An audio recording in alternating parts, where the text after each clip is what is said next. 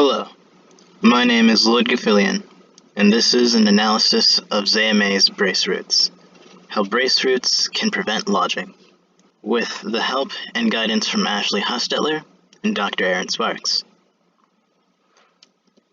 Lodging and crop loss. Most people assume that most crop loss is due to parasites and disease, but it's usually due to lodging. Now, lodging itself is when a crop is bent or snapped from their upright position, usually from mechanical failure. There are two types of lodging: stem and root lodging. As per their names, stem lodging is when a crop bends at the stem, while root lodging is when a crop bends at the root. It has only been recently discovered that root lodging is the most common type of lodging.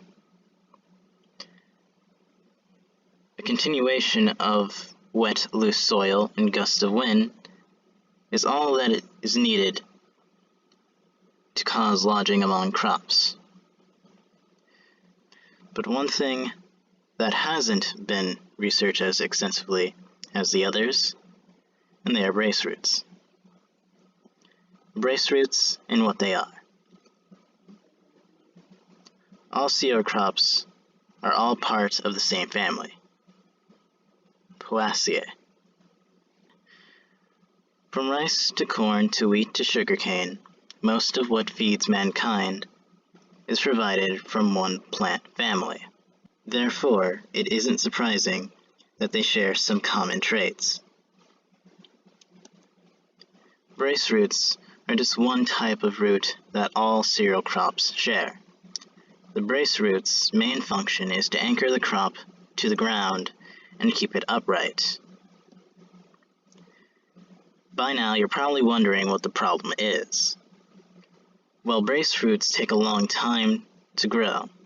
Most brace roots don't penetrate the ground in time to prevent lodging. So naturally, the modern solution is using genes to help brace roots grow.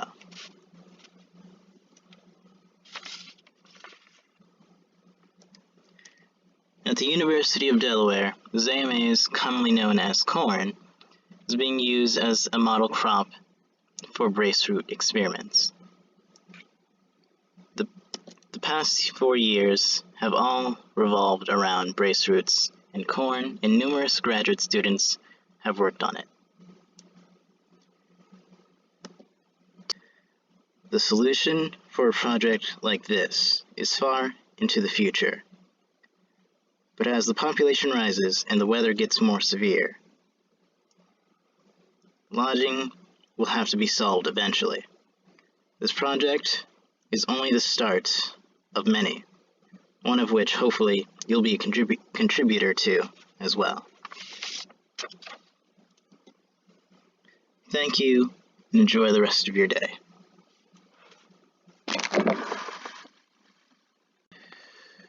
Two papers not from the university focused on discovering the genome of corn and its RNA. In context, a gene is like a blueprint, a genome is like a building, and RNA is like a service provided within the building. Two more papers, this time one from Dr. Sparks' lab and another in collaboration with another lab, revealed the influence of hormones.